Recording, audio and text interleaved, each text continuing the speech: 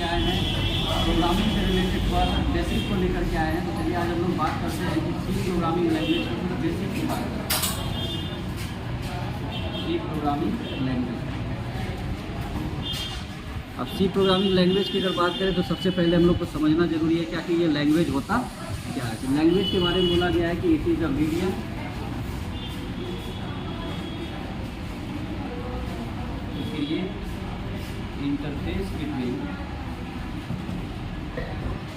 Interface between user and computer. इसी को हम लोग क्या बोलेंगे, लैंग्वेज। अब बात आता है टाइप्स ऑफ लैंग्वेज। इसी को टाइप्स ऑफ लैंग्वेज की अगर हम बात करें तो कंप्यूटर का 3 तरह का लैंग्वेज होता है। पहला जिसको हम लोग बोलते हैं लो लेवल लैंग्वेज, दूसरा जो होता है उसे हम लोग बोलते हैं हाई लेवल लैंग्वेज, और तीसरा जो होता है जिसे हम लोग बोलते हैं assembly language, assembly. Low level language को हम लोग बोलते हैं binary language. Low level language को हम लोग क्या बोलते हैं, बाइनरी लैंग्वेज, राइट। और मशीन लैंग्वेज भी इसी को कहा जाता है, मशीन लैंग्वेज। यानी 0 और 1 की अगर बात करें तो ये हमारा कौन सा लैंग्वेज है, लो लेवल लैंग्वेज ही हमारा 0 और 1। हाई लेवल लैंग्वेज की अगर बात करें तो ये यूजर लैंग्वेज है। यूजर जो समझता है वो लैंग्वेज को हम लोग क्या बोलते हैं, हाई लेवल लैंग्वेज। यानी कहने का मतलब C++, जावा, ये सब जितना भी लैंग्वेज है ये सारा का सारा लैंग्वेज क्या है, हाई लेवल लैंग्वेज है, क्योंकि इसकी प्रोग्रामिंग हम लोग इंग्लिश में करते हैं, है ना। ये हाई लेवल लैंग्वेज है। दूसरा असेंबली लैंग्वेज को बोलते हैं हम लोग बाइनरी नियरेस्ट लैंग्वेज। कौन सा, binary nearest language. Binary nearest का मतलब क्या हो गया कि ये लैंग्वेज जो है ना, ये पहले एंशियंट टाइम की अगर बात करें, यानी दुनिया के पहला OS की अगर हम बात करें जिसका नाम है यूनिक्स। ये यूनिक्स को 1960s में डेवलप किया गया था। किस लैंग्वेज के माध्यम से, असेंबली लैंग्वेज से। यानी पहला लैंग्वेज असेंबली लैंग्वेज के द्वारा ही कोई सॉफ्टवेयर डेवलपमेंट हुआ था।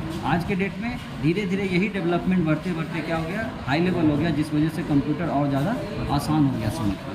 अब बात आता है क्या, लैंग्वेज ट्रांसलेटर। क्या कि कौन है जो लैंग्वेज को, हमारे लैंग्वेज को कंप्यूटर के लैंग्वेज में और कंप्यूटर के लैंग्वेज को हमारे लैंग्वेज में बदलता है। तो इसके लिए हम लोग बात करते हैं ट्रांसलेटर का। क्या चीज़ का, ट्रांसलेटर। ये ट्रांसलेटर है जो कंप्यूटर में क्या करता है, लैंग्वेज को ट्रांसलेट करने का काम करता है। उसमें 3 तरह का लैंग्वेज ट्रांसलेटर होता है। पहला जिसे हम लोग बोलते हैं इंटरप्रेटर। इंटरप्रेटर के बारे में अगर बात करें तो ये line by line program check करता है। क्या करता है, लाइन बाय लाइन जो है वो प्रोग्राम को चेक करता है। और ये करता है क्या प्रोग्राम में, तो एरर फाइंड करने का काम करता है। क्या फाइंड करता है, एरर फाइंड। कि अगर किसी भी तरह का सिंटैक्स एरर है प्रोग्राम के अंदर या सिमेंटिक्स एरर है प्रोग्राम के अंदर, तो सारे एरर को फाइंड करने का काम कौन करेगा, इंटरप्रेटर करेगा। दूसरा होता है कंपाइलर। कंपाइलर की अगर हम बात करें तो कंपाइलर का काम क्या है कि ये कंप्यूटर के होल प्रोग्राम को एक बार में रीड कर लेता है ना। जो भी आप इसमें कंप्यूटर में आप वैल्यू फिट करते हो, प्रोग्राम डालते हो, तो whole program at a time जो है वो रीड कर लेता है। समझ रहे बात है, whole program read at a time. इस वजह से ये क्या है, ज़्यादा मेमोरी स्पेस लेगा, है ना। साथ में अगर इसकी बात करें तो ये रन टाइम एरर को फाइंड करने का काम करता है। कौन सा एरर, रन टाइम एरर। और अगर हम कंपाइलर और इंटरप्रेटर की बात करें तो इन दोनों का मेन काम क्या है, हाई लेवल लैंग्वेज को लो लेवल में और लो लेवल लैंग्वेज को हाई लेवल में कन्वर्ट करने के लिए इसका प्रयोग किया जाता है। और तीसरा जो होता है इसे हम लोग बोलते हैं असेंबलर। असेंबलर की अगर हम बात करें तो ये बाइनरी नियरेस्ट लैंग्वेज तो था ही, यानी कि कंप्यूटर लो लेवल लैंग्वेज को असेंबली में और असेंबली लैंग्वेज को लो लेवल में बदलने का जो काम करता है वो कौन है, असेंबलर है, जो CPU में ALU सेक्शन में बैठा हुआ होता है, जिसका काम है कंप्यूटर के लैंग्वेज को हमारे लैंग्वेज में और हमारे लैंग्वेज को कंप्यूटर के लैंग्वेज में ट्रांसलेट करता है। इसी को हम लोग बोलते हैं लैंग्वेज ट्रांसलेटर। और ये लैंग्वेज ट्रांसलेटर ही रिस्पॉन्सिबल है हमारे कंप्यूटर को और भी ज़्यादा आसान बना देना, हमारे इनपुट को समझना और हमारे इनपुट्स के अकॉर्डिंग हमारा आउटपुट देना। इसके बाद अगर हम बात करें कि आखिर ये प्रोग्राम क्या होता है, जब तक प्रोग्राम नहीं समझेंगे तो प्रोग्राम समझने के लिए हम लोग जाने तो एक लाइन का डेफिनेशन है, a set of instructions is called program, है ना। छोटे छोटे प्रोग्राम के इंस्ट्रक्शंस के कलेक्शन को ही क्या कहा जाता है, प्रोग्राम कहा जाता है। ये अगर सी में आप प्रोग्राम लिखेंगे तो क्या कहलाएंगे, सी प्रोग्राम, है ना। ये कहलाएगा सी प्रोग्राम कहलाएगा। बात निकल के आता है प्रोग्रामिंग। प्रोग्रामिंग की अगर हम बात करें तो प्रोग्रामिंग क्या है, बोला गया ए प्रोग्राम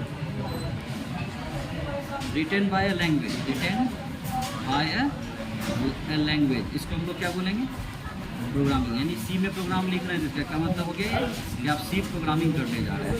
और एक वर्ड होता है जिसे हम लोग बोलते हैं प्रोग्रामर। अगर हम प्रोग्रामर की बात करें तो बोलता है हु राइट प्रोग्राम, तो प्रोग्राम को क्या करता हो, लिख रहा हो, उसे हम लोग क्या बोलेंगे, प्रोग्रामर बोलेंगे, राइट, है ना। जैसे आप सी में प्रोग्राम लिखोगे तो क्या कहलाओगे जी, सी प्रोग्रामर कहलाओगे। समझ में आई बात। तो चलिए आज हम लोग आपको हमने क्या डिस्कस करके बताया कि सी प्रोग्रामिंग लैंग्वेज को स्टार्ट करने से पहले हम लोगों ने जाना कि लैंग्वेज क्या है और ये वर्ड प्रोग्रामिंग क्या है। चलिए नेक्स्ट क्लास में हम लोग सीखेंगे कि आगे की व्हाट इज़ सी लैंग्वेज को हम लोग थोड़ा सा डिस्कस करेंगे, ठीक है। तो चलिए आज के इस वीडियो में हम लोगों ने बेसिक पर बात किया। आई होप सो कि आपको समझ में आया हो। चलिए फिर नेक्स्ट वीडियो में हम लोग बोलेंगे। Thank you.